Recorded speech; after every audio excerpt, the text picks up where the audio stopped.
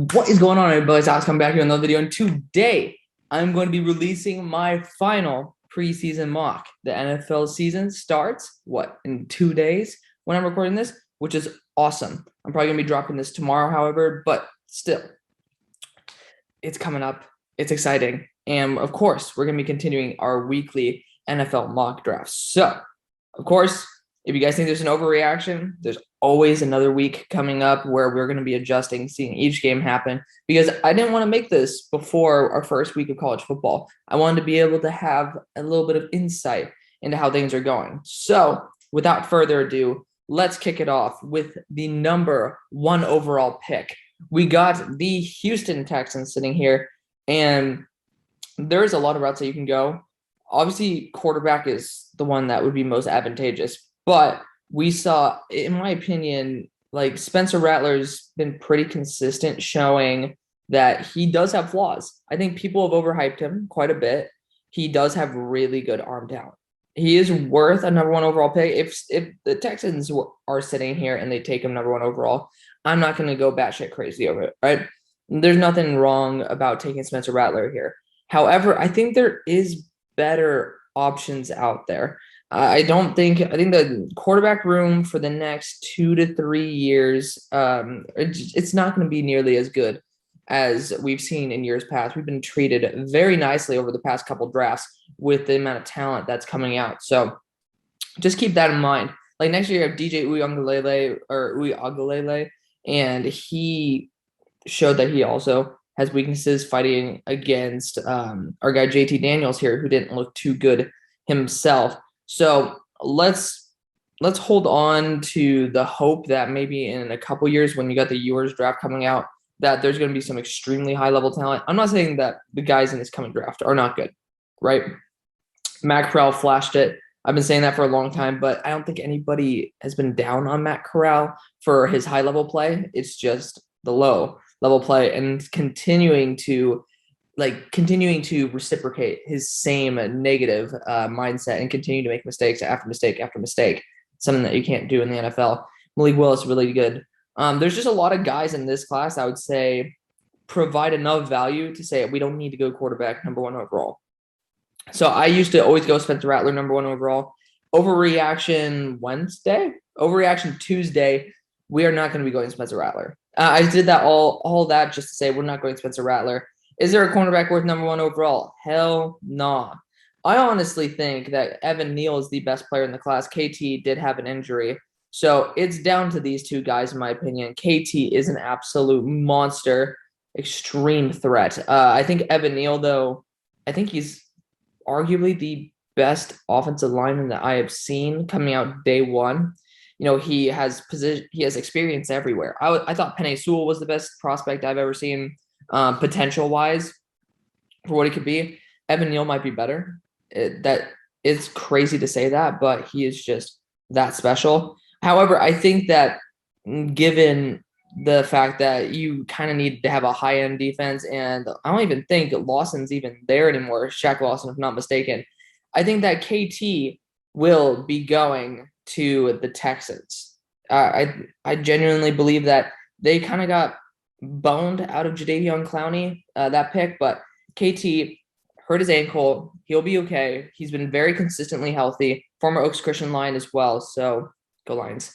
I think that he's an absolute monster, game wrecker. If you think about it, Chase Young is being an absolute freak right now. Nick Bosa, Joey Bosa, these players who are extremely high level edge talents bring their defense up at least 5 to 10 spots. Like without them, the wins above replacement is it's extremely noticeable, extremely hefty, that value. Same thing with quarterback, but I think KT is much more of a surefire bet than Spencer Rattler. Right now, this team has too many holes to even think about. Like, you don't need to get a quarterback and build your team around it sometimes. It might just be the best move to build your team and then get your quarterback. And plus, you got Davis Mills there who has time to develop as well. Dude, like, literally was a redshirt senior getting 11 starts. Like, he's young and has a lot of potential. Number 1 quarterback coming out of high school as well. Number 2, we got the Lions. So this is an interesting spot, right? This could be a good spot for Spencer Rattler to be able to sit. That is where I'd be starting to factor it in. because I'm pretty sure Sam Howell's fallen quite a bit. Sam Howell did not look like he controlled. He looked very uncomfortable in the pocket, and that's not good. He has flashes of greatness. That's why he's still considered a first round top end guy. But his control and the fact that he panics and does stuff like that, you can't have those mental lapses in the NFL, especially with a team like the Lions. I personally believe that they shouldn't be going quarterback here. This could be a good spot for Derek Stingley, but I am actually going to go quarterback. I don't think that cornerback should be worth number 2 overall. Derek Stingley also, he has flashes where he gets toasted as well. So I'm not fully sold on Derek Stingley being the 2nd overall pick in the draft. I would draft Evan Neal here, but their tackle spots are filled up, and I'm not going to disrespect Evan Neal, putting him at a guard position because Taylor Decker just got a monster contract. Spencer Rattler needs time to sit, and Jared Goff could be that dude who helps him get to the promised land. Big fan, Spencer Rattler sitting behind Jared Goff and at least learning the intricacies of the NFL. Also, he finally doesn't need to start year 1, which is great. Bengals, we already know where this is going. I don't even care who the hell is on the board. Evan Neal, he's my number 1 player in the draft. I was thinking about taking him number 1. He's going by number 3. The dude looked phenomenal starting at left tackle, and he's never done that before. The dude is great for his progression throughout the year, and he's already starting at probably the best lineman in the NFL. I mean, in college football. He's unbelievably good. I love him to death. Number 4, the Jets. So, I mean, the question is, I'm kind of stuck between these 2 guys right here. I'm actually doing this live for you guys. Again, I don't like to do pre-recorded shit because it's kind of boring. You can tell when it's pre-recorded. Obviously, when I bring people on, then it helps with the dialogue after the fact. But for these videos, I always do it live for you. I would be looking at Derek Stingley here, 100%. I mean, they just lost Bless Austin. Like, who's the cornerback 2? Yes, you can. This is a nice free agency class to be able to get corners as well. So I would say this is not a surefire thing. But DeMarvin Leal as well. Like, dude, these guys are unbelievable. I love DeMarvin Leal so much. Gonna get Derek Stingley again. I think that Robert Saleh will be able to make it light the fuck up. I'm starting to regret it a little bit. I kind of wanted to get DeMarvin Leal there, but we're gonna hold off for the time being. Kyle Hamilton is something I would definitely consider. Even at number 2, he was unbelievable versus Florida State. And I mean, I'm looking right here. These guys are both stud talents. But after seeing what Kyle Hamilton can do, taking over the entire field, he has the size. He has all the measurables you want, and now he's shown that he has the immeasurables, which is wonderful. I was having him at my number 6 spot. I might be moving him up to like number 3. Like, he is that talented, and it might just be because also I'm a little bit bummed out about my favorite safety in the draft, Brandon Joseph. He changed his body type, so he's not nearly the same player, which really, it hurts me, to be honest, on the inside because, man, I wish I could have just, I wish he just stayed the same because he's unbelievable. But the Eagles are sitting here, and it would have been great to get Kyle Hamilton for the Eagles. But I think DeMarvin Leal could be an interesting option here. Again, I don't know why edge is really like highlighted here at all. Like, they do have a really high-end defensive front, and they just got Milton Williams. They invested a lot on defense. This is a spot where if I was going to do trades, which I will start doing trades starting next week, don't quote me on that, but I'm pretty sure it's going to be that way. I would say, you know what? Let's trade out of it. Let's get a team that needs DeMarvin Leal. We could even do a 1-pick trade up right there. A team like the Cardinals could want to move up to get. I mean, they need a corner, so examples. We could trade back for a team that would want some of these dudes. I would look at a corner here. Steven Nelson. Again, this is a really good free agency class to where you can pick up these dudes. But I'd also look at tackle. Evan Neal's not here. They're not worth it, right? They're definitely not worth it at this point. I think DeMarvin Leal might just be worth it, though. He is unbelievably talented. Milton Williams is much more of a project. I don't know how many more years Fletcher Cox has left. He has quite a bit, right? I'm not going to say he's going to retire soon. But Brandon Graham, Derek Barnett, there are guys who might be on their way out eventually. Excuse me. And that is going to put a little kink in the system because they have an excellent defensive front. I think for this team, they need a quarterback desperately. There's no one worth this pick right now. We're going to go DeMarvin Leal. You got to build in the trenches first, and there's nothing on the offensive side. The defensive side, DeMarvin Leal could take some time to develop as well. Imagine him learning from Fletcher Cox. I'll leave it there. Javon Hargrave probably will be out in a couple years as well, leaving a wide open hole for DeMarvin Leal to move in. At number 7, we got the Falcons. This is a spot where I would also consider moving out. But I think that, you could look at corner here 100%. Kyrie Elam is a beast. I love Kyrie Elam. You can look at a guy like Andrew Booth, where my guy Ian Cummings, I think his name's Ian Cummings, he is for PFN. So, sorry, going to Draft Network here. But Ian is a very smart man. A lot of respect for him. He'll be coming on the channel very soon.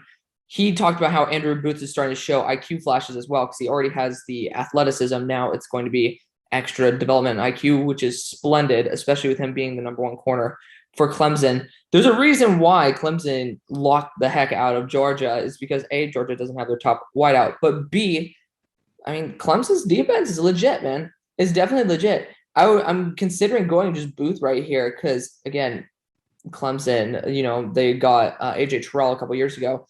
Quarterback is not the right move. I don't think quarterback's the right move anymore. I think wide receiver is too rich. Too rich right now.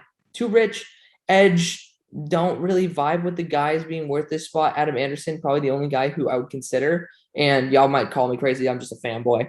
I'm going to go Kyrie Elam here. I think it's worth it. You can talk about Andrew Booth for the speed. I just think Kyrie Elam is more built for the press style. You think about the corners the wide receivers in this division. They're not burners necessarily. Michael Thomas, if he's there much longer. Kyrie Elam's going to be much better suited for him. Bigger, stronger, not faster. Bigger, stronger, more able to mirror the wide receiver. I think Kyrie Elam is a bit better of an option there, because I love Andrew Booth. He's my number 2 corner still, but there's just certain schematic fits, which is a problem with having actual rankings lists, because every team has their own type of guys that fit them better. So like Kyrie Elam, I think this would be a good fit. You could take Andrew Booth there. I'd be fine with it. Number 8, you got the Raiders. Dude, this is a pretty tough situation right here. The entire team is pretty buns. I mean, I'm not gonna totally disrespect them by saying everybody on the team is terrible, but the team as a whole it's not a good situation. Wide receiver room, you got some young talent, but nothing that is going to be putting you anywhere near the top 20 in terms of wide receiver room. Quarterback wise, no bueno either. I would definitely look on the interior defensive line, but there's not that first round type of guy here. Similar to last year's class, I think DeMarvin Leal is just a lot better than Christian Barmore, and I like Christian Barmore, right? You could look at offensive tackle, and Jackson Kirkland could be your dude. Straight up, I think he could be your dude. You wait for Sean Ryan maybe in the next round, which we're only doing 1 round anyways, but still, regardless, I think that the best talent might be on the edge, depth-wise. You got Kingsley Enagbare here and stuff like that. It's a tough one, but I think Nick Martin is not going to be the long-term answer. Lost Rodney Hudson. I don't think that there's anybody who could challenge Tyler Linderbaum, who, under the situation he doesn't play center, will be an excellent fit at guard. I love Tyler Linderbaum here. Also steals him from the Giants, who I was probably just about to take him. So if you guys are wondering, why am I reaching on Linderbaum? He's at 22. No, this isn't my rankings list. TDN doesn't allow me to import my rankings or make a rankings board yet. So in time, friends, we shall see. Number 9, we got the Giants. Also, I do have a video up on that if you guys want to check it out. The Giants, I would be considering a center here if Tyler Linderbaum were here. Problem is, he's not, right? He's not. I would look at quarterback. Sam Howell, definitely worth this type of pick. It's number 9, something that you could feel out a little bit. Carson Strong at maybe 11 would be a little bit of a better deal. Carson Strong, I still felt like his ball placement wasn't great. That's something that I will probably die on a hill for. I don't think that his ball placement is great. Romeo Doubs is an excellent receiver tracking the ball downfield. I think of Doubs similar to James Washington at Oklahoma State, but he does have some very high IQ moments where he's making shifts to protection, stuff like that. Very similar to the IQ of Trey Lance there. Don't think he's going to be anywhere near that type of talent, but he is that small school guy that is going to be taken very highly in this draft. Regardless, though, you could talk about edge. Again, there is some really good talent here. Adam Anderson can join his guy, Azeez Ojulari, which would be splendid. I love that. But for right now, I think the best move is just going to say, hey, we're going to take Sam Howell. it's worth taking a shot on because Sam does have a high-end talent, high-end floor. It's just, again, you just got to make sure that he's protected. And this offensive line, I feel like they're a lot better on paper than they've been performing, which means that they can get better. I really hope that they can, because otherwise the Sam Howell pick is not going to be a good one. They have really good talent there. I just don't know why it's not coming together yet. Number 10, we got the Panthers, and y'all already know where I'm going with this pick. Jackson Kirkland, high-end talent out of Washington. Now, he fits perfectly as a tackle, right? I just think that he also works really well as a guard. Don't have very much faith in Brady Christensen. You guys know me on that one. I do not like him at all. Just was not a big fan. Jackson Kirkland has that ability to play tackle. Worst case scenario, he's going to be an excellent guard. Played very good at right guard there for Washington for a big portion of his career. So, number 11, I really wish I could take some of these guys. You might be screaming Darian Kennard, right? You could put him at guard, something I am considering. I know center is the problem, but Darian Kennard might just be a type of he's the type of guy that like the Giants and Gettleman would really want. Like Gettleman was the word I was looking for, if you guys are wondering. But man, I don't know if I can do that. Darian Kennard's not that high on my list. He does fit the scheme really well. So again, that's where scheme comes into a factor. But I might want to go Akeem before I go Darian Kennard, because I think Akeem's at least played tackle and has some type of experience on the outside as well as the inside. Makes him a little bit more valuable. I look at maybe running back for backup running back, but nothing. Not even chance of me doing that here. Tight end not good enough. Don't really know what the hell is up with that edge component right there. But I am actually going to be going Kenyon Green at this spot.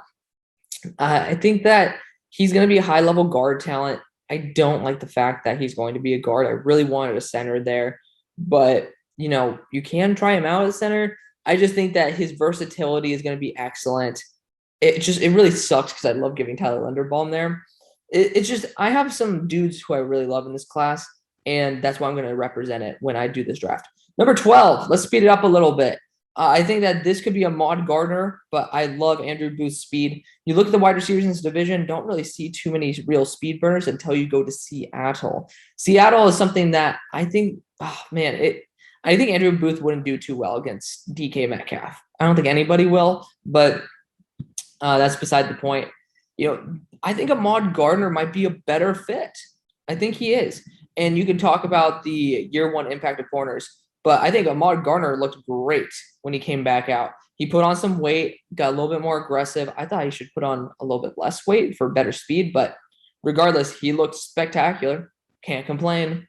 And that's going to put him right there. And that's with me loving Andrew Booth. So number 13, we got the Washington football team. And y'all want Carson Strong. I'm giving you Malik Willis. Malik Willis, high-end talent out of Liberty. I think there could be 5 quarterbacks taken in the first round. And that is being very conservative. That's just showing how damn good the wide receiver class is, the quarterback class is. 5 quarterbacks in the first round sounds crazy, but again, these are mid to later first, so it's not like it's that crazy. We had 3 at the top of the last draft. Nothing like that. The Steelers, dude, I seriously see them looking at Strong or Corral here at this point, because the Corral's finally shown that at least against, Louisville's not terrible, right? They definitely showed out as like a terrible team. But I'm looking at everything here. Sean Ryan, somebody I would definitely consider 100%, because I love Sean Ryan.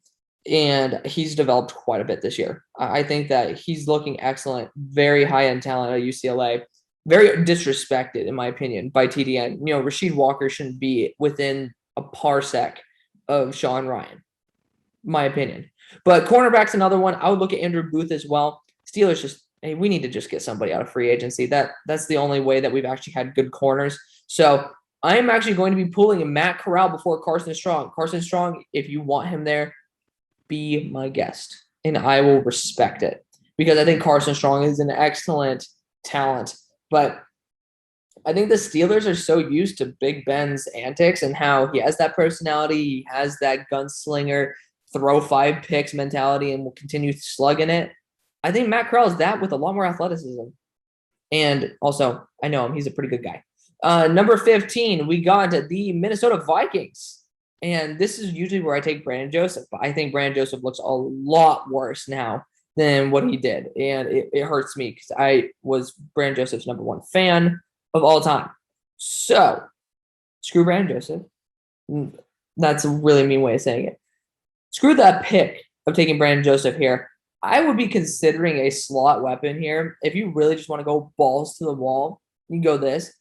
I think that we could chill it out a little bit, though. We did lose our former first-round pick in Jeff Gladney, brought in Patrick Peterson. I think Trent McDuffie might be a better fit, but Andrew Booth is just almost too good to give up. We're going to be going Andrew Booth right there. You guys might be saying, edge. I say, look at history. Look at history. Zimmer loves his later round dudes who have a lot of length, where I would be looking at a guy like Zach Harrison as like a third rounder. Xavier Thomas, I love that fit. I loved it since the beginning, since the 2020 draft.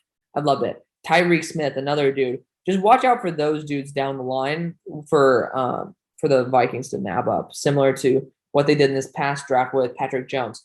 16. This is it. This is Carson Strong.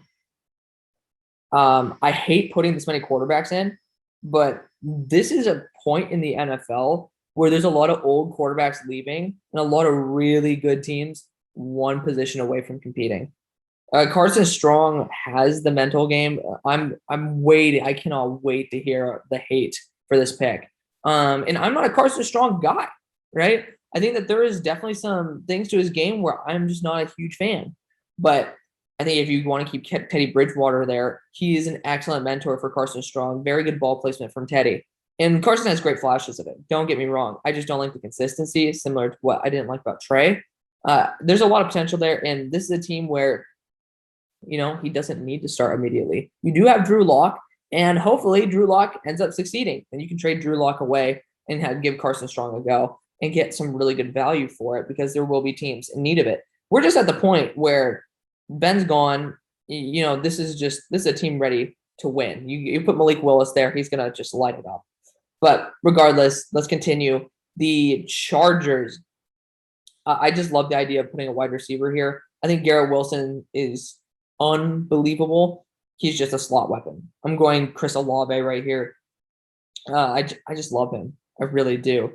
Leaving Garrett Wilson to the Patriots, where they desperately need Garrett Wilson. They might be shying away because of how terrible they've been in drafts, but let's just have hope, okay? Let's have a little bit of hope here. This next pick, we're going wide receiver. Treylon Burks. I absolutely love the idea of him on this team. Give them Mike Evans, and just imagine him with Michael Thomas there. I think this team could definitely make a good run in the playoffs if they have a bigger guy like Treylon Burks. He didn't play as well as we wanted him to, yes. But this is where you don't need to completely overreact. I think Treylon Burks is great. He's a really solid talent. Leaving the Eagles here, and I can't get a quarterback for you guys. I'm sorry. I can't do it. You guys got DeMarvin Leal. I'm not going to be getting a 6th quarterback in the first round. That is complete BS. However, there is some really good talent on the board.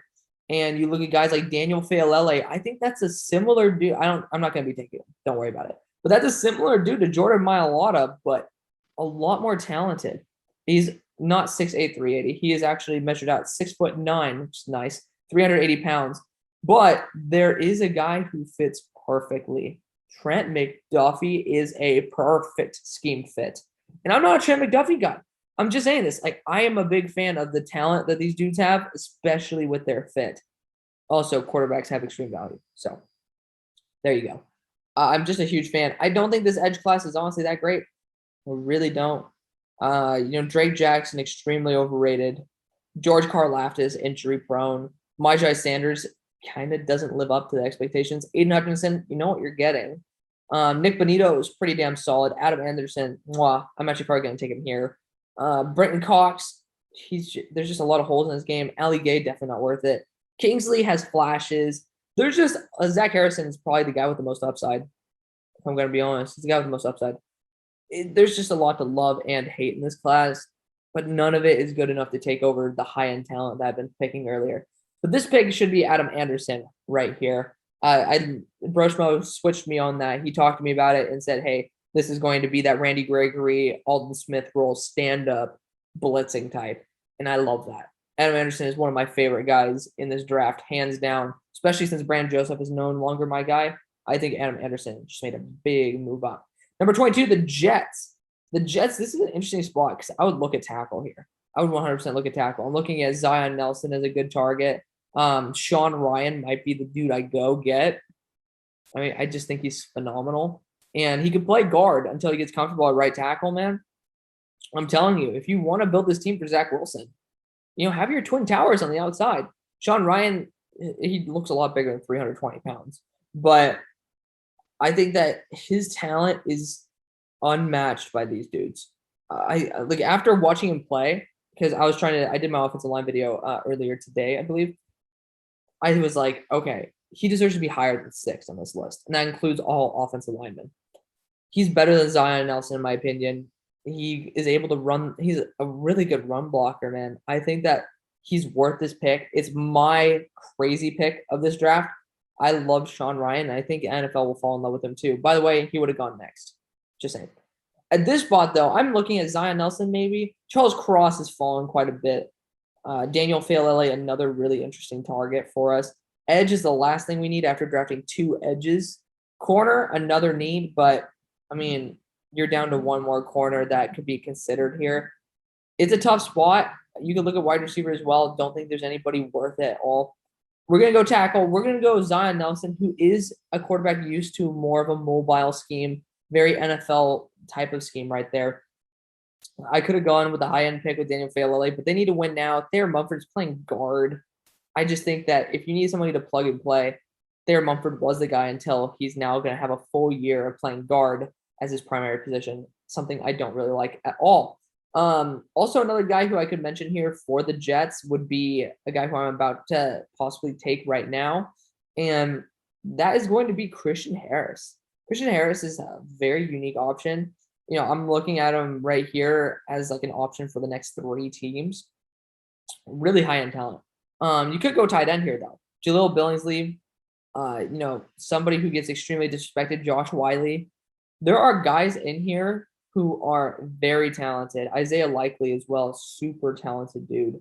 Edge could be a place that we do go, definitely. And I think it is actually. I think Nick Benito would be a really solid linebacker or edge combo. I think, again, it's just a Harold Landry contract issue. I think Nick Benito is going to be a high-level talent, and I think he fits really well. So this is going to be there's no ifs, ands, or buts about it. Christian Harris is the hands-down best linebacker in the class, especially when you factor in athleticism and potential into the equation. So love Christian Harris right there. 26, I took the 2 edges that I would love to take for the Dolphins. Can't do that anymore. Linebacker is definitely something I would still look at. Brandon Smith, somebody to look at. Henry Tutu, Teo, I don't know how to say it. Really solid. Mike Jones, missed tackles kind of make me a little bit weary. We do have a really good secondary, and I don't think we need to worry too much about that. I would look also in the interior offensive line. You could look at that left guard spot. Eric Flowers doesn't need to be your dude. It's a tough one. It's a real tough one. I'm going to look back at edge, and you know what? We're going to go Kingsley and Nackbear. I think that he could be your bigger edge type. I'm forgetting the guy who's there. Emmanuel Ogba type of replacement. That was what I was thinking of. Definitely high-end talent. To me, you should definitely consider. Number 27. This is where, again, Nick Benito or Adam Anderson usually go. I'm not usually in this position. But we're at a spot where we could probably take a shot on somebody like Darian Kennard, who could be an excellent guard prospect. He does play tackle. But, Daniel Failele is almost too good to pass up here. The potential of Daniel Failele. Let's get that straight. I'm not saying actually Daniel Failele right now. He also showed some really good talent flashes against Ohio State. There was some very positive outcomes, very positive takeaways. That's what I was looking for. I think he's worth it. Daniel Failele, definitely a project, but he has really damn good athleticism. Former rugby player as well. It's worth the pick. That is going to be your next Orlando Brown, most likely. I don't think that Alejandro Villanueva will be there for much longer, if any longer, after this year. Perfect spot for him to fit in at around 400 pounds. Just it's literally Orlando Brown 2.0. Number 28, we got the Cheeseheads, and we are probably going to be going a wide receiver here. Oh man, this is a interesting class. You know what? We're gonna do it. Drake London out of USC. I love Drake London with a passion. I just love him so much. Really talented player right there out of USC. Very, very fun guy to watch if you guys haven't already. Surprisingly, really good after the catch for 6'5". A little bit thin, but that's okay. Number 29, we got the Bills. Bills, I would look at corner here for Darian Kendrick to be your cornerback too.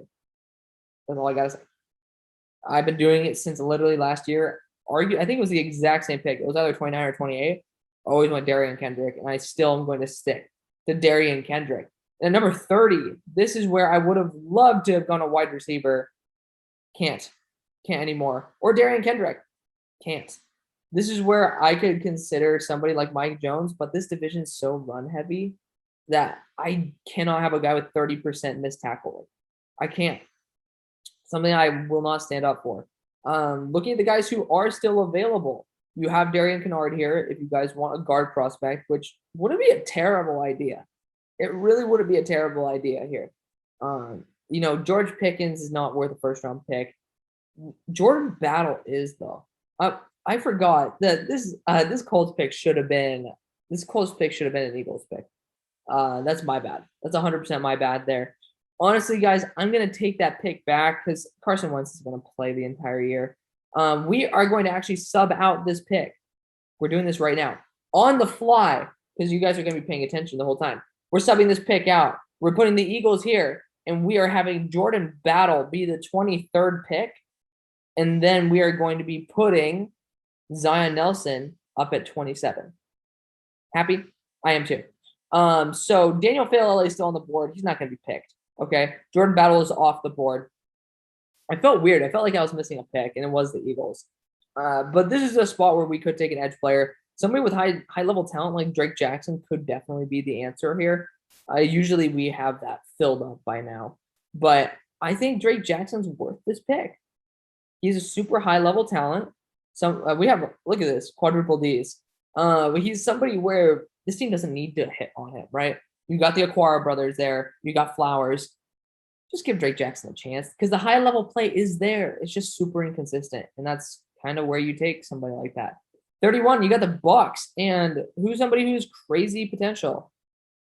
I mean, Darian Kennard could be a really good interior offensive lineman. He'd be a really good guard, man. You know what? Screw it. We're going to get Darian Kennard here. Oh, dude, Brandon Joseph's still on the board. We can't disrespect Brandon that much, though, can we? I think we can.